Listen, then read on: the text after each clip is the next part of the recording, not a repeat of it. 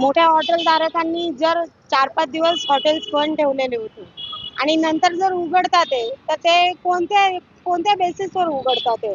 जर त्यांना सिलेंडर भेटले तरच त्यांनी उघडलेत ना. त्याच्याशिवाय ते उघडूच शकत नाही. आणि त्यांचं असं नाहीये ना, की 1-2 सिलेंडरमध्ये होईल. त्यांना दिवसाला 4-5 सिलेंडर लागत असेल. ते जर हॉटेल आपल्याला उघडे दिसतात आहे, तर त्याचं हे काय म्हणजे काहीतरी असणार तेव्हाच ना. का कोण बोलतं ह्याच्याकडे भेटेल, कोण बोलतं त्याच्याकडे भेटेल, कोण बोलतं त्याच्याकडे भेटेल. पण आम्ही जे बारके धंदेवाले आहेत, जे त्यांनी आम्ही काय करायचं? आज उन्हामध्ये बायका बघताय. किती दिवस करतील या? आणि जर ह्या आजारी पडल्या, तर ह्यांची भरपाई कोण करणार आहे आपण? ना आम्हाला सिलेंडर देत आहे. आता समजा मी पुढे पत्रा लावून घेतला, तर पत्रा तरी चालवून घेणार आहेत का? पत्रा लावला तर परत अनधिकृत बांधकाम म्हणून ते परत पाडायला येतील. मग आम्ही म्हणजे मला काही पर्यायच सुचत नाहीये, की ह्याचं काय करायचं? माझा आरोप आहे, की सिलेंडर भेटतात आहे.